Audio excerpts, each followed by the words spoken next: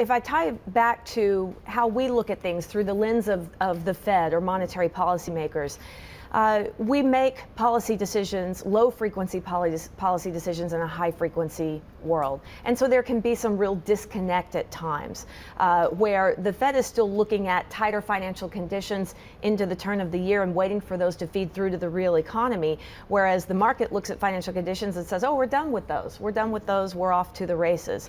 Monetary policymakers, they're a slow-moving body, and they don't react well to late-breaking news, and you often get these disconnects between how they're viewing the economy and how the markets look at the economy. But are you saying actually that the data now fits the way that the market is pricing? Well, what I've seen is that we sort of keep flip-flopping with each other. So the market was too concerned about a slowdown in the economy at the turn of the year. Now that the market sentiment has turned, the economy, some of the data on the U.S. economy is tracking lower. What I think, though, is that you can have a self-fulfilling prophecy, and luckily this time it might be in the right direction, where market sentiment is up, and that might help mitigate some of the worry over earnings reports.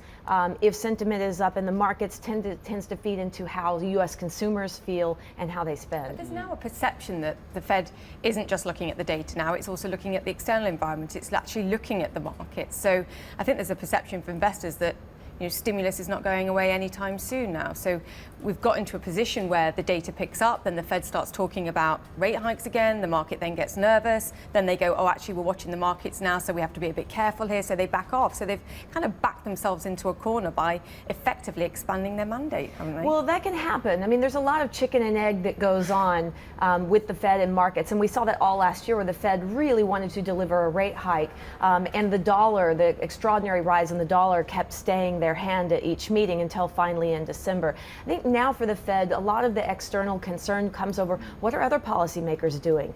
Global central bank divergence can create a shallower path for policy in the U.S. And this is something they have been stressing of late.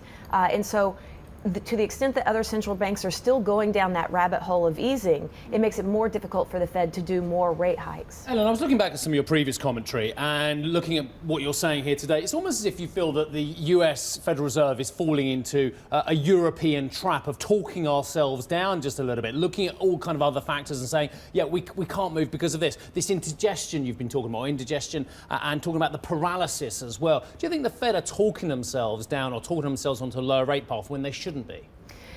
No, I think they're right to be cautious. Yeah. I really do. And our expectation is they only get one more rate hike in this year, and it comes toward the end of the year. So no June hike? No June hike. I think that is already off the table given the growth trajectory that we are on right now. And, two-quarter growth. If we look at fourth quarter and where first quarter is tracking for the U.S., we're tracking around 1%. Sure. That is a stall speed. That is well under what the Fed is forecasting. And the way I look at it is they've showed us that they want to raise rates 2 times this year based on their current outlook coming true.